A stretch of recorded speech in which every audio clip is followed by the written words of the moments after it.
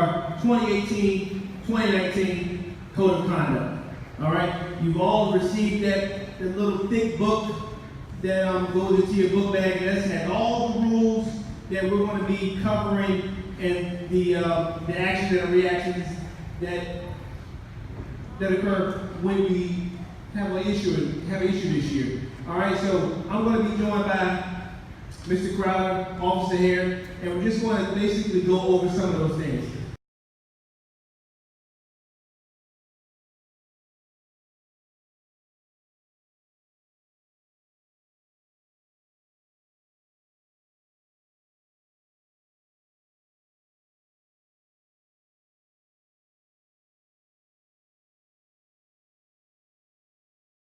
Cell phones to school in discussion. Everybody understand that?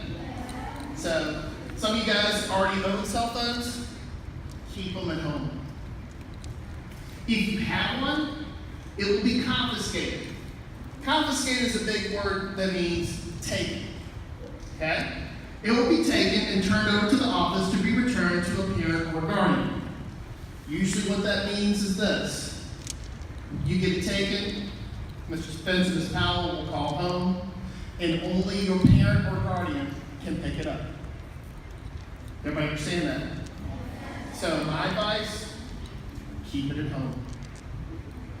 The first time is generally just a parent pickup, like I said. If it happens again, you're looking at disciplinary action.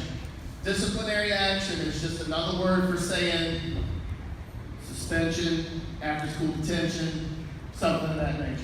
Okay? But only Ms. Powell and Mr. Spence will be the ones that make that decision. A Nintendo DS, a Sony PSP, or any other gaming device has no place in the classroom. None. Okay? If you have it, don't bring it. That also means on the bus as well. If the bus driver takes it, they're going to give it to one of us. Mrs. Harmon, myself, Mr. Spence, Ms. Powell, Officer Hare, anybody. Then parents are going to have to pick it up.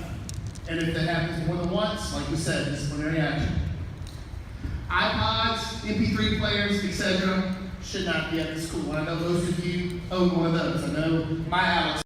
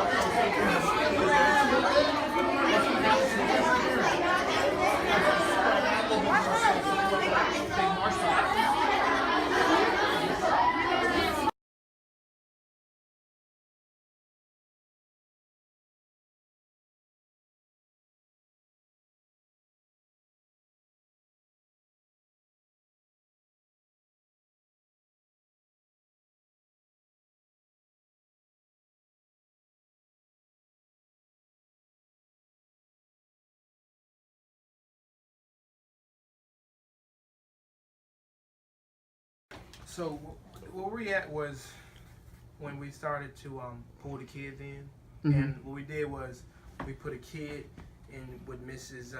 Taylor or Miss Souter, and we all kind of split them up. They all said what their role was in the actions and the behaviors on the bus. We split them up. We pulled the two brothers in, called the grandma.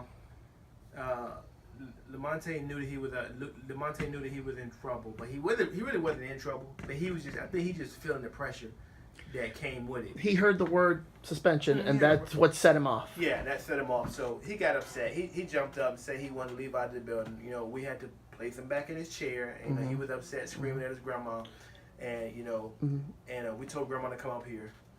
Yeah, he also said something about how come everybody else gets nothing and I get it all. Yeah, but that's just what kids do, you know. But when they you know, that's just their way of trying to you know, shirk their responsibility. Exactly. So we talked them down. Later on in the day, Grandma and Aunt came up here, and she kind of laid into them, and she was saying how, like, you know, you never supposed to talk ill to your grandma. Yeah, we put her on speaker. Yeah. Put her on speaker. Put her on speaker. So, but I mean, were you in here when the grandma actually came here? No, I had to go back to class You for did. that. Yes. Grandma Aunt came in here, and the grandma. You can tell, like, grandma service. Grandma is like the rock in that family. Mm-hmm. So she was like basically saying, like, you know, you're not supposed to act like this. I'm surprised at you. You've done well here. Aunt was in here, and she was kind of like, I'm gonna get you when you get home. But I mean, it had to happen because the bus behaviors were just way too, or just something that we can't have going forward. And that was pretty much it. And Officer Lee helped out a lot because he knew all the parents, he knew all the kids. So only thing I would do. I mean, are we clear to let children go up and down the hall? Yes, ma'am. Thank you. Thank you. and we also clear to let students visit the clinic. I mean, in hindsight, Mr. Crowder, what you think about how we handled the process? I mean, I have some observations and some opportunities that I would change about it. But what you think about it? Well, I thought that what we did was, I thought it was appropriate. Mm-hmm. I think that I liked the idea of us getting the written account of what's going on. I liked how we separated them in the cafeteria. Mm-hmm. I liked, comparing each of the responses and seeing exactly what the perception was for each kid. Mm-hmm. And then it helped you and I piece together the entire story. I liked that part. I liked the separation where we kept everybody separate while we dealt with the actual disciplinary actions. I thought we were pretty quick on our toes with the volatility of the situation with the one student. And, I think we did good by putting Grandma on speaker and letting him talk to her directly so that it was a monitored conversation so that we could, just basically gauge out how this is all going to go, later on. Yeah, I do agree with that. I feel like in hindsight, it was a lot of pressure put on the students to sit in there and to not know what the other kids were saying and have to kind of be truthful and be basically and just be realistic about what happened. But it's kind of like these are all fifth graders. These are all fifth graders and fourth grade boys. There's one third grader. And one third grader and one fourth grader. So it's kind of like, these are all boys, and it's kind of like they know the process. They they know what they should be doing. So I did want to put pressure on them. So I wanted to let them know, hey, these behaviors won't be tolerated. Correct. Also, I had to follow up with Mr. Tucker because the bus was too full. Yeah, 69 people in one bus. The bus was too full. Yep. Bus too full, and it's kind of like, like I told Tucker in the email, I said I can defend. I'm gonna discipline our students, but it's kind of like if you got 69 hot kids on the bus driving home, and right now the way our buses run, sometimes you got to sit on the bus for 5-15 minutes before you pull out the parking lot. And when we sat them yesterday evening, it was 3 wide. It was everybody 3 to a seat, and one child we had to do 4 to a seat because there's nowhere else for them to sit, and it was muggy on top of that too. It's like a hot box. Yeah. Exactly. So it's kind of like you get restless. You get restless. You can't even have constant air. You're sitting there with that many kids on the bus. You're stopping constantly, so you're not getting the constant airflow. Yeah. So it's just humid in there. You put 60-some adults on a bus like that, it's could be chaos too. Yeah, absolutely. Absolutely. What's he gonna do? He said that I got an email saying that he was going to gauge the numbers of other buses and do some moving around, but we need the 10th bus. That's the problem. We need the 10th bus Because we need the 11th bus probably. Because listen what happened. If that bus is, that bus scrape a car, bust a tire, kids are gonna be hurt. And I can tell you that we've got probably 50 more kids on the buses than last year because the parent drop-off is cut in half this year. Parent drop off cut in half. We got 50 more kids in this building, and we got one less bus. So yeah. One less bus, 50 more kids, parent drop off. But then the counter to that is we don't have enough drivers for these buses. We don't have enough drivers on these buses. So I'm thinking to myself, whatever happened years ago when we had aides, we got to have extra supervision somehow. They used to have, years ago, they used to have 3 of the more overcrowded buses that we had. And each of those buses had an aide on and off, morning and afternoon, And that cut down on discipline quite a bit. I remember, in some of the localities, I mean, it was mandatory they had to have one. Yeah. So I wonder if they could possibly reinstate that. Something to revisit. That would be something they need to do. But one thing that I'm not trying to be mean, but one thing that I really need to communicate is that we have no discipline within our school and our kids. When they get on that bus, that's like a transportation thing, and it's kind of like I'm not trying to. I mean, I know we all this whole one school, one unit thing, but they gotta handle transportation. He got to pretty much jump on the table and scream, "We need some help." Yeah, and I think possibly a meeting that needs to be conducted between us and bus garage and even central office to come in, because this is going to be an issue. Yeah, we had a meeting.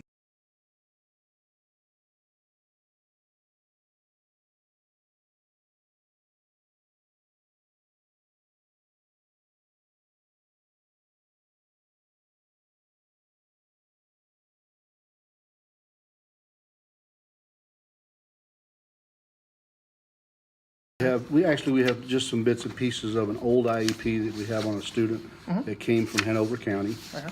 And this is basically what I used when I, built his initial IEP here. So basically a transfer IEP. Okay. Because you have to have something to go by. Right.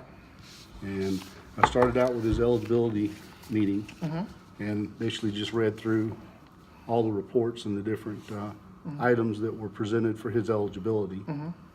And it showed that he was eligible under the category of ED.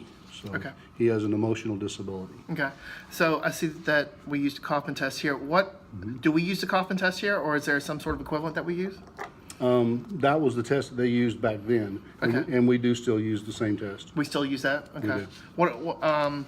So basically what this does is just a benchmark for reading, math, and the language skills that the student has? Okay. Yeah, Good other deal. educationals that we use, of course, is the WISP 4 and Right. trying to think the name of the other one. There's a Young's one for younger kids. Okay. And then we've got deliberations here. So that's basically just the background. I see we've got the decision right over here. Yeah. Right. And basically we just took the pieces here and made ours. That was pretty much the... Right, because we had to have something to go on without starting all over again. Right. And basically what you'll see here is he has emotional disability, but he also has other health impaired. Correct. So Correct. he has some other things going on as well. Okay. And these are this looks like the notes this was the social history they did, Right. so basically sociological. Right. So are these just reports that were spliced together from the different... They are. Okay. Yeah. I just wanted to make sure that that's what that was. Let's go here. And see, basically this is from, let's see, from Ms. Trueheart, so from the mom. This was an observation that was done in the classroom, and just, different people who had gone in the classroom and observed him. How much has changed between then and now? Not a whole lot. I mean, you mean as far as him, or as far as As the way far that we do far it? as what we're doing, as far as the Pretty much the same kind of process. Okay. Like when we do a child study, we have 65 days from the time we have the basic meeting saying, yep, we're going to go forward. The parents agree that we're going to do the testing. And depending on what kind of testing, usually it's psychological, sociological, and educational that's done. And with that, it's 65 business days Correct. that you have to get it done.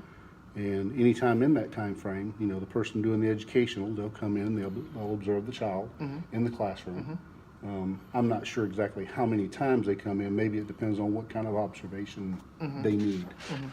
But, I think that's how that works yeah. as well. Yeah, But they from what I come in, understand. they observe. Psychologists come in and observe. I myself do a lot of notes on what I observe in the classroom, especially with a child that's ED. But with all of them, I do that just so I can go into the meeting with more knowledge and a little more background on here's where this child is. It paints a picture. Right. It pretty much paints the entire picture here. Yeah. Right. Let's see, what else do we have here? In terms of the diagnosis itself, do you feel that there are any things that we need to change in terms of how we do our observations, how we do our preliminary data gathering, anything of that nature? There's something I think needs to be changed. Okay. That's a difficult question to answer. There are things I think should be changed. And I think the biggest thing that should be changed is we're taking children who are challenged and we're putting them in a spot, or we're putting work in front of them that they are incapable of doing. So we want to teach them at their level, but the powers to be want us to challenge the child, and we want to challenge the child as well, but we don't want them to fail. We want it to be as rigorous as it can without it being frustrating. So what you're saying is not a VAP, but not a SOL either. Correct. Something Somewhere in in between. between, See, right. I'm thinking the same exact thing. I'm not thinking that VAP is the absolute answer, because it's minimal. It is. And what does SOL, VAP stand for again, just for the Virginia Alternative Assessment Program. So basically, if a child is being assessed through an alternative program, there's guidelines to follow, and they have to meet these certain things. You take pictures of them doing it. You record their scores and show their work, and It's send like a all that in. portfolio almost. It is a portfolio on the child, Exactly. and then it's rated by. I'm not sure if it's local or if it goes to Virginia Department of Education. which What I I've believe seen it is does. that it is local. There are a few administrators that go to I think they go to the old middle school now. Right. And they do the grading there. So it's different administrators from around here too. Okay. So Yeah, I wasn't sure where it actually went. I just know.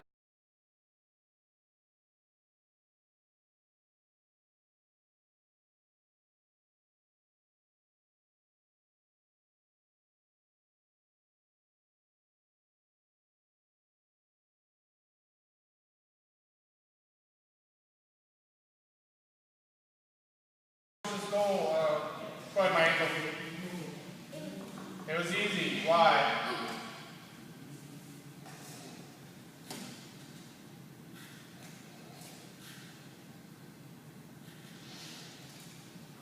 Come back. Jonathan. Body language.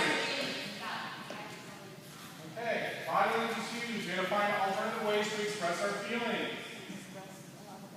What else did you, give me some more specifics of body language. What else did you do? Eli. You did sign language? You know sign language?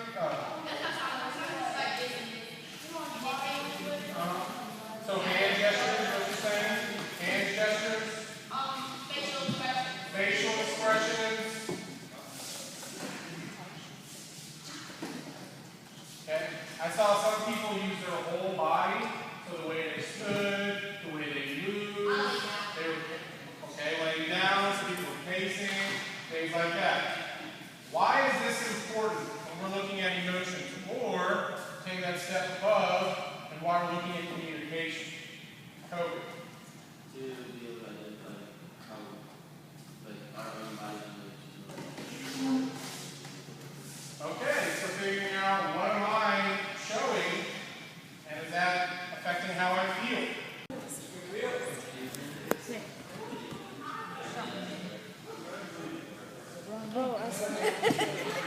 LeBron James. LeBron James. LeBron James. LeBron James.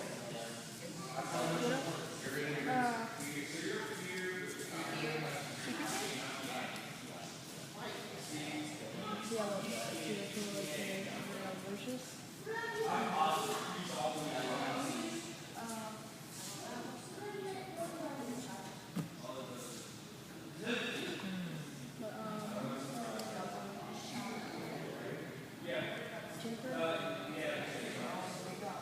That don't Shop.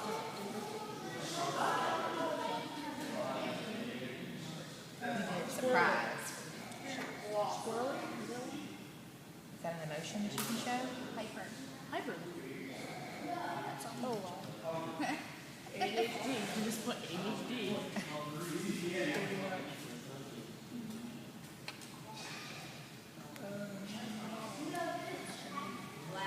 Create.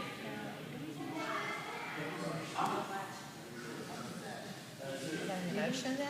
Like you can show it. Like you can show Giddy. You can show Giddy. Is it G-I-T-T-Y? Yeah, G-I-T-T-Y.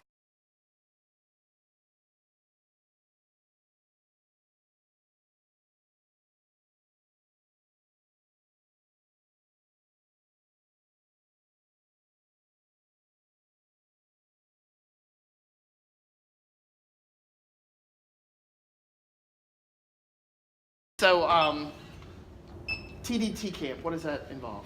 Yeah, so the TDT summer program is basically a continuation of what we do here in the school just over the summer. Our biggest goal is to keep the kids involved in a routine, keep them off the streets, keep their learning of social skills, communication skills, working together with peers, just keep all of that flowing over the summer while they're not in school. So How long was it? it was 8 weeks. 8 weeks. Mm-hmm. Now, I saw that Mr. Saunders had a script that he was using for that. What was for the script? What was the purpose of the script? So we have like a curriculum that we use. So for each week, it's a different theme. So like say week 1 was social skills, week 2 was feelings, week 3 impulse control.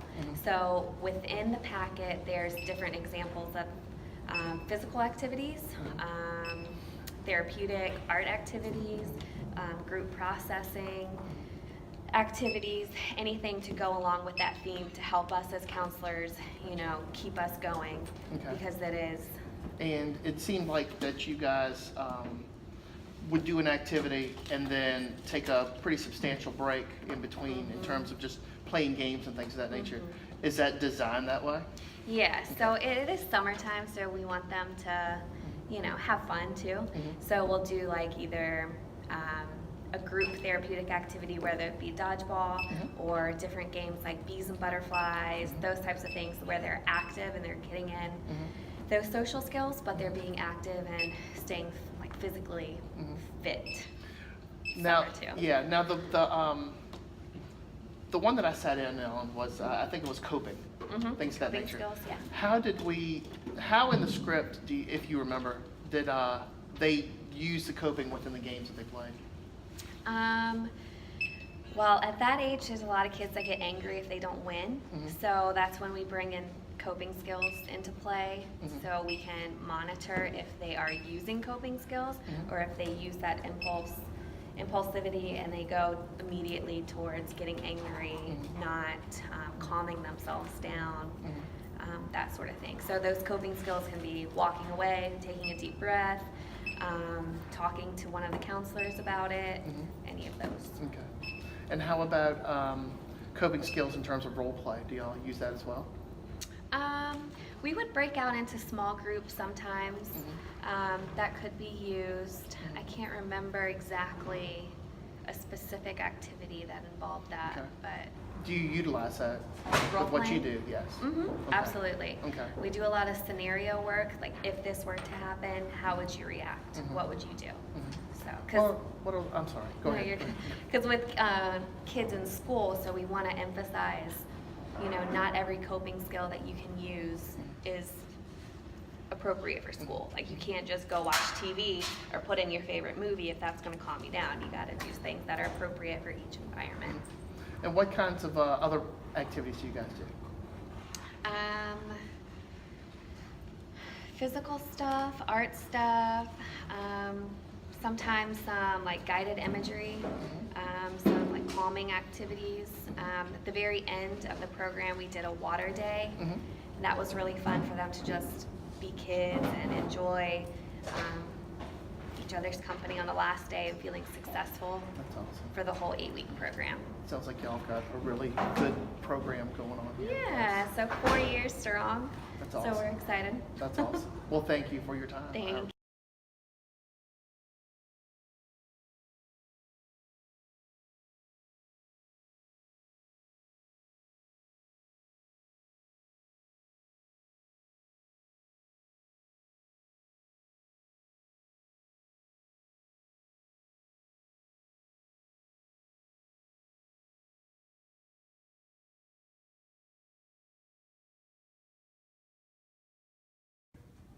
All right. So let's talk about the hiring process. What parameters do we go through in terms of hiring?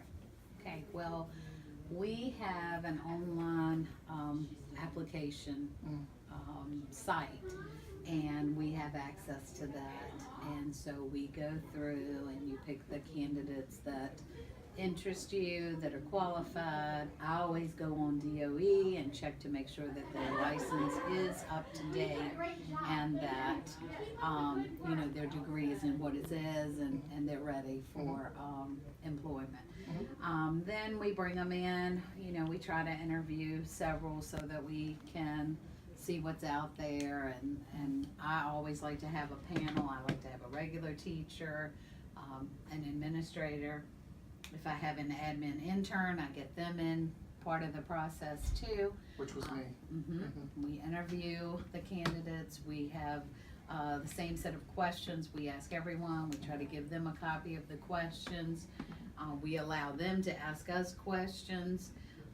Then once the process is completed, then as a panel, we sit down and we talk about, you know, what we liked, what we saw, who we think is the best fit. I always call references because you never know until you call that reference. Now, I saw that the questions change between elementary and middle. In all honesty, does it really make a difference? Well, I think your questions, the county has some, and then we get to tweak them.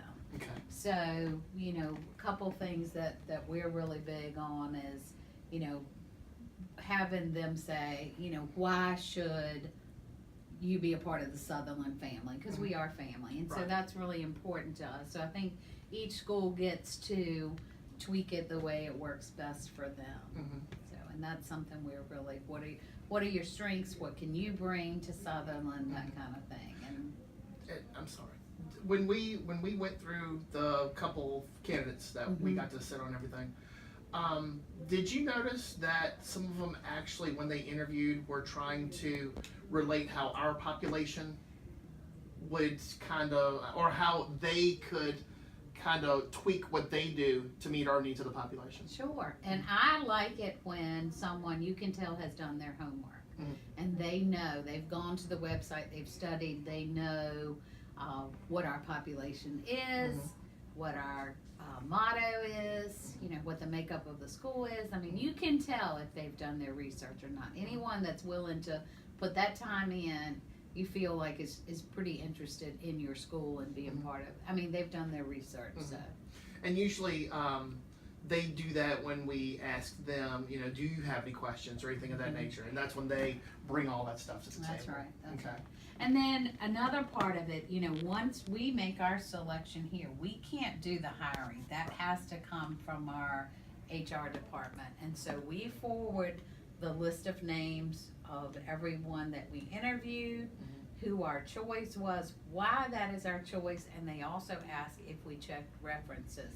Then I think they do their own background checks before a position is ever offered. Gotcha. So they have to do their P's and Q's. They have to Right. make sure all their information is straight Right. before they do anything.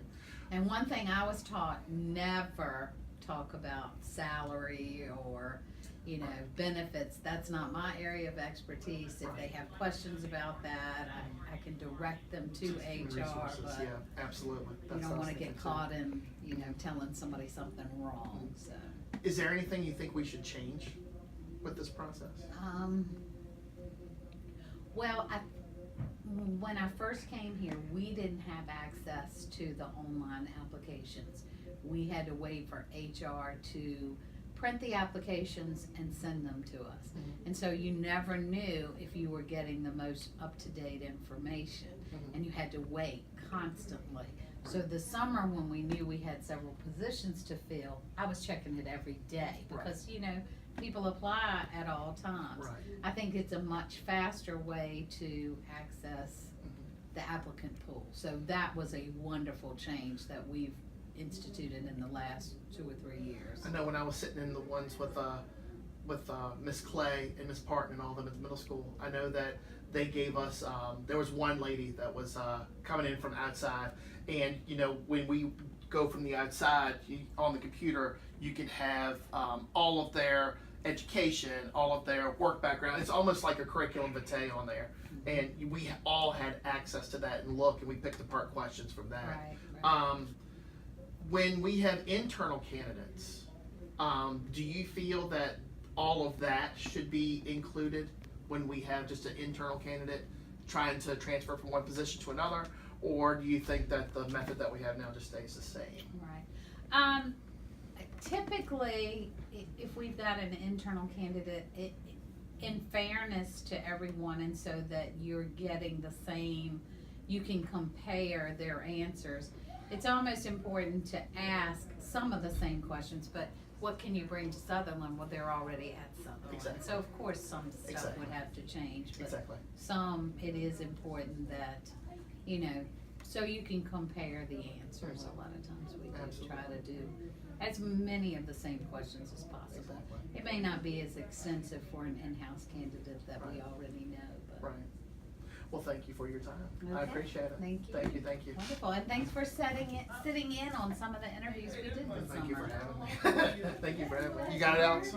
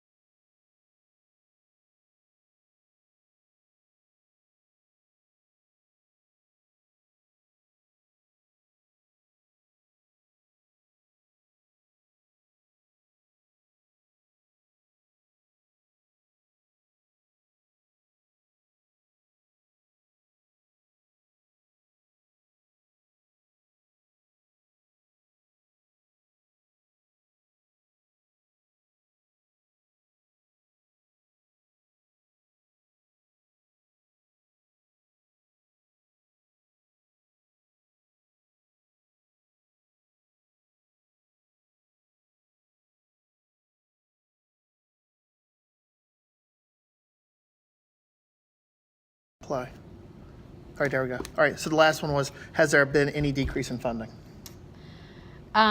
You know, we have not had a decrease. We didn't have an increase, but we didn't have a decrease. Okay. Each year, you know, we wait anxiously to see what it's going to be per pupil. Right. And we did not have a decrease in per pupil funding. Okay, so here's my question here. So we have 540 now. Okay, we had 520 to begin with. Does that mean that we're locked in at 520?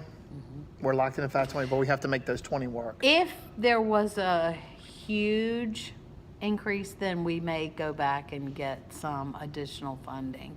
But, you know, they would be constantly adjusting, you know, every week or every month. Right, so we have to reallocate what we have right now. So for right now, what are you reallocating to make that work? Well, we're fortunate enough that we have a huge PTO that supports us. We have several business partnerships. I just drafted 4 letters to some of the big businesses in the area. Have you had to pull from others? What do you mean pull from Like others? pull from other accounts to make it work?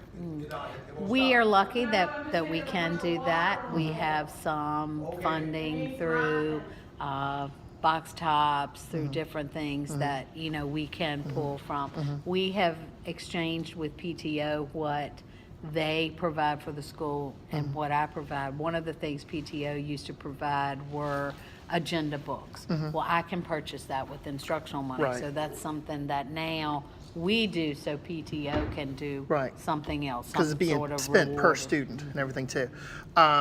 So if you had to reallocate and you did have to take from funds, you would tell them, the people that you're taking funds out of, you would tell them what was going on and why? Yes. Okay.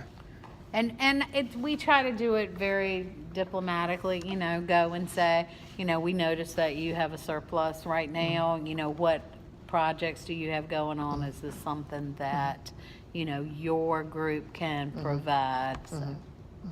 Good deal.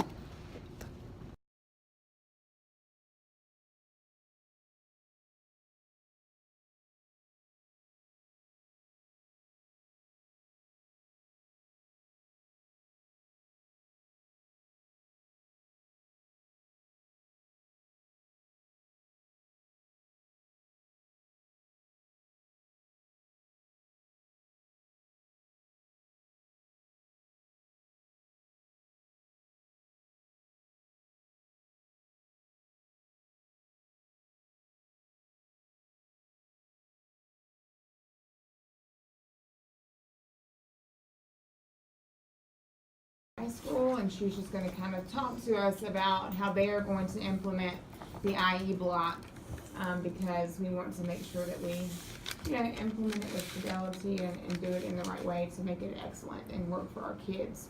So Robbie Garnes, AP here, Frankie Crowder, doing some Intern hours, University of Kansas.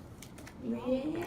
Adams, yep. Also doing some intern hours, and you know Miss Parton, and then Javon Tucker, one of our SPED teachers and lead teachers. Yes. Okay, so I'm going to talk to you about how it was first presented to us. We evidently back in September of last year, Dr. Weston had invited. I forgot the man's name, but he came in. Reddick. And he came in and presented different scheduling options for us using an IE block. So we're 4x4.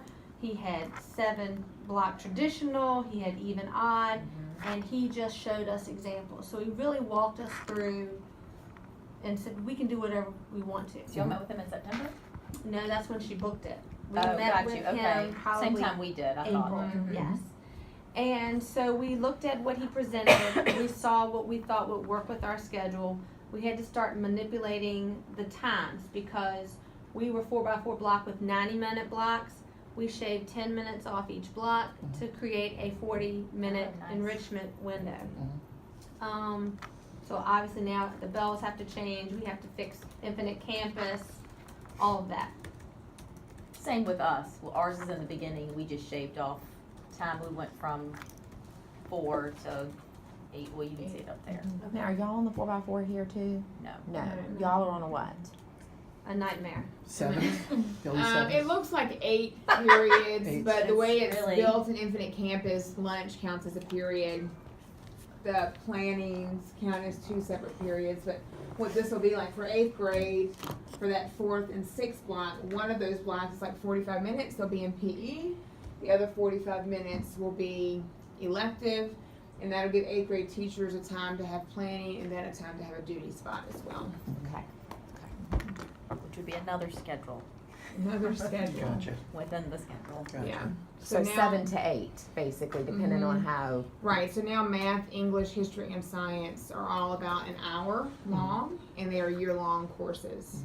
So we've done it different ways. We've done even odd. We've done semester for history, science, but it'll be year-long. See, there's some disconnect with elementary because we think that you're just 4 88-minute periods and that's it. We were. Right, I remember that, but they're still on the philosophy that you guys are still on 4 88-minute periods. It's changed. Well, And it's 6th changed a grade little is bit not, we're every still year, I 2 big think, chunks of, A two little big. bit. Right, two right. big in the last 3 years. Right. Because my son just came out. Well, that's good to know. I can tell them over there. I know, it's, Mm-hmm. Because that's some disconnect going on. Right. Because I don't know if 5th grade's preparing you guys or being prepared for you guys to get to that stage, you know. Right. Because they don't, I mean, they're doing really long blocks, like 2 hours of reading, 60 minutes of math, things of that nature, and the kids are just, all, you know, they're losing interest. So And that was an issue here, and I think that's one of the reasons why we're trying. You know, that was one thing from teacher input that 90 minutes is Classes are too too long. long. right, And it right. is. You know. And then we were limited with opportunity for Mhm. kids, you know, so if we want to, they want to be able to take more than one elective once they get to the 7th or the 8th grade, you know, Right. that having to say, well, I'm not gonna do band because I wanna be able to do this, Yeah. is a lot. Right. Yeah, that elective Right. piece is a big issue. Right. So the first thing we did is announce to our faculty that we were going to have an IE block. And that there were a lot of benefits to it.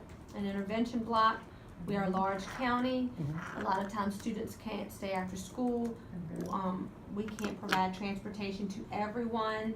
It's a nightmare when we do. But when we do intervention blocks, we also need to think about our students who are upper level as well and provide them enrichment opportunities.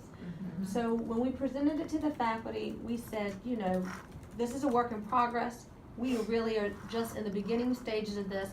Who would like to be on the committee? So we figured anybody who volunteered to be on this committee was gonna be vested. We would have teacher input. We got Jeff Walters, the athletic director, administration, guidance. We had technology involved as well. So we had a committee. We did not have a representation from the math department, which bothered us because when you don't have representation, normally someone will complain. But Mr. Johnson's theory was we asked for volunteers, they had their opportunity. Right. So we met every Monday for about 5 Mondays and said, what do we want this to look like? And having done that, I think the teachers helped shape how it is going to be. Our next phase after meetings, we did a student survey because we wanted to know what do the children want. Basically, the survey asked what types of activity sessions do you want to see offered. We talked about workshops to prepare them for life after high school, college, job, test prep, that type of thing. What do you wish you would have known as a freshman? You know, so the upper level kids were really helpful in letting us know what they missed out on and they wish they'd have considered when they were younger. And what issues they felt they needed to be addressed within the high school. So it was a very generic survey. After we got all that together, we created a presentation for the faculty. So after we had everything kind of set, we presented it to the faculty, and I sent you all the PowerPoint. Basically, we named we named the IE block the GEN block, which stands for Guidance, Enrichment, and Needs. So we'll help guiding you through high school. We are meeting your enrichment needs, and then if you have anything else going on, we'll have a mentor that'll meet those needs. So a lot of times, kids have questions, they don't know who to ask. They have a mentor that they can go to. That's that advisory. I'm sorry. That's the advisory block. That's the advisory piece. Yeah, I was asked, what is the I means intervention, IE, Intervention and enrichment. and enrichment. Thank you. Okay. So we need But now it's titled, like up there we have IE, but now it's titled the Gen Block, which is guidance. So we basically Enrichment just kind and of needs. took that type of block and just kind of named it we named Right, it. renamed it. something. Okay. Okay. So the benefits to teachers, they missed class time for remediation. We were always pulling them out of elective classes. Now we have it built into the schedule. More time to work together in departments during the school day. We've done a PLC block. So one day a week they'll have a PLC. That can be anything from department meetings to data talks to me pushing out professional development. They have that once a week. Who does? That's built in The your- departments. That's built into the. That's built in. One day a week, English will meet. One day a week, social studies will meet. So on that day, those teachers don't do any IE. No teaching, nothing. They just use that as a department. Do you find that, how do you do that? Because I'm looking at if a student, every student has, like if you have an advisory period. So I could be a social studies teacher and have Wednesday is 12 advisory kids. for everyone in the building. So on that advisory day, then everybody's on, does all it. hands on deck. And Okay. with advisory, we're doing teachers and inclusion teachers. Okay. No parapros. We are tinkering with the librarian, doing it. What With are the our sizes? 15 to 17 Okay. per teacher based on current enrollment. All right, there are some students who, like Miss Key's kids, are going to, which she's an inclusion, self-contained teacher. She'll have to keep all her babies. We know that. I'm tinkering with the idea of case managers having their children as being their I have my mentors, caseload. because a lot of our inclusion teachers have a hard time Oh, yeah, that makes sense. 'Cause you meeting never with their miss- kids. Mhm. So I'm That's a good like I idea. said, this is still a work in progress. I am still trying to figure out what works best. And I don't want to get too far ahead, but I have another survey that's going out on Monday, and it will ask the teachers, do you have one or two people that you want? Because we have some quirky kids. Right, that need a certain We have person. some troubled kids, and they already have connected with certain people. So why reinvent the wheel if you know that you do well with Johnny and no one else will? But I only limited it to 2 because then you'd have that one teacher who goes, I want all the AP kids. Yeah. And that's not what we're Right. trying to do here. All right, so let me skip back.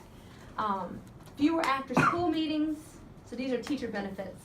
And then a chance to teach something fun you've always wanted to. So that enrichment block does not have to be your subject area.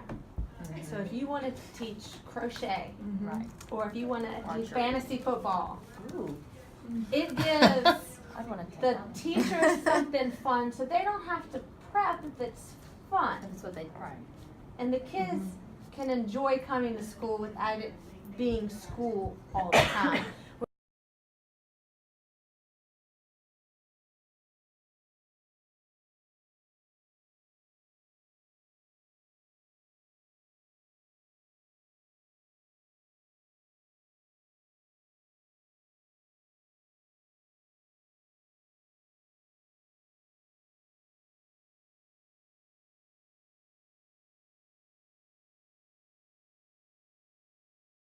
What did you say about Graves? Now less tutoring, and Graves has a county car now. Thank you.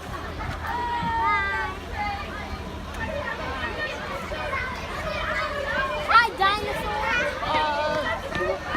I want to get it. Bye, darling. Hi, Mr.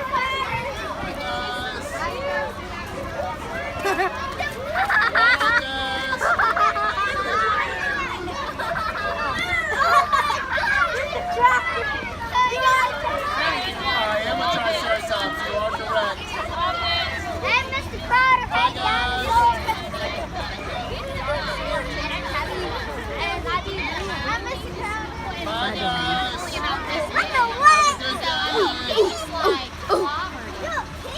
Y'all be No, safe. I'm not a pig. Be safe, okay? Where's the car? Bye, guys.